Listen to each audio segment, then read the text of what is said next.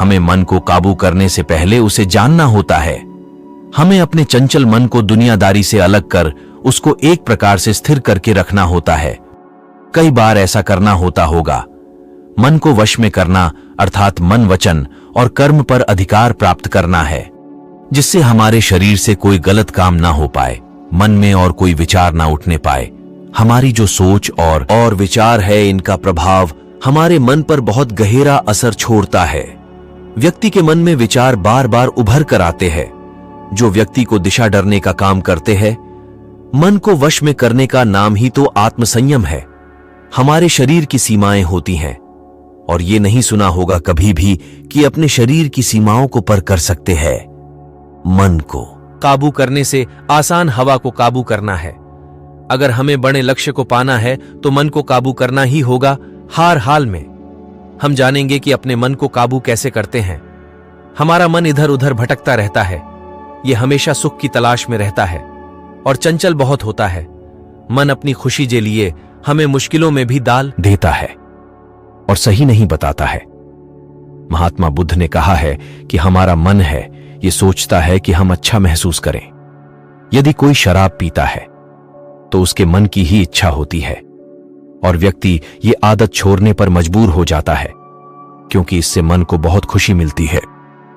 यदि हमारा मन किसी भी प्रकार की इच्छा से भरा नहीं होगा, वह किसी भी भीड़ से नहीं डरता है। अगर मन को काबू करना है तो हमें गलत आदत को छोड़ना ही होगा। अपने मन को काबू में करना होगा। हमें केवल अपनी अच्छी आदतों और अपने लक्ष्य की तरफ ध्यान देना होगा, क्योंकि जो गलत आदतें होती हैं वो सिर्फ कुछ देर के लिए हमें खुशी देती है। हम सबकी बॉडी एक प्रकार से रथ की तरह होता है, जो 5 घोड़े से बंधा होता है, यानी कि 5 इंद्रियों से। और इस रथ को जो चला रहा है, सारथी, यानी कि वो हम है। और रथ को कैसे चलाए, ये सारथी पर ही निर्भर करता है। यानी रथ गलत जगह जाता है तो ये हमारे ही ऊपर होता है कि रथ को गलत जगह ले जाए या सही जगह ले जाए। कोई भी काम करने से पहले कई बार अच्छे से सोचना चाहिए कि ये काम जो करने जा रहे हैं सही है या गलत। अगर हम कल्पना करके देखें, मान लो हमारे सामने फैली हुई एक शांत झील है, जो हमारे विचार मन में उठकर धुंधला रहे हैं। वो सब जैसे झील में बुलबुले उठ रहे होते हैं, वैसे ही ये है, और सतह पर आकर विलीन हो रहे हैं। हमें अपने विचारों को नियंत्रित करने की कोशिश करनी चाहिए। उन्हें बस दर्शक की तरह देखते रहे किस तरह चला जा रहा है। यदि हमें बुराई से बचना है तो अपनी दिशा को भलाई की ओर मोड़ दें। सबसे पहले हमें आत्मसंयम की आदत डालनी चाहिए। मान लो जो काम हमें नहीं करना है और उसे ही करने के लिए मन आकर्षित करता है, तो ऐसे में हम प्रयासपूर्वक रोकने के लिए मन बना लें।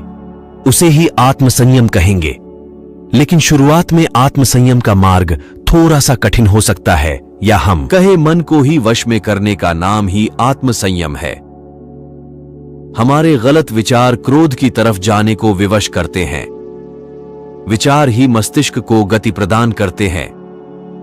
हम लोग इंद्रियों के जाल में फंसकर पहले निर्मल होंगे, उसके बाद अपमानित होते हुए पहले खुद का अनिष्ट करेंगे और फिर किसी दूसरे का करेंगे।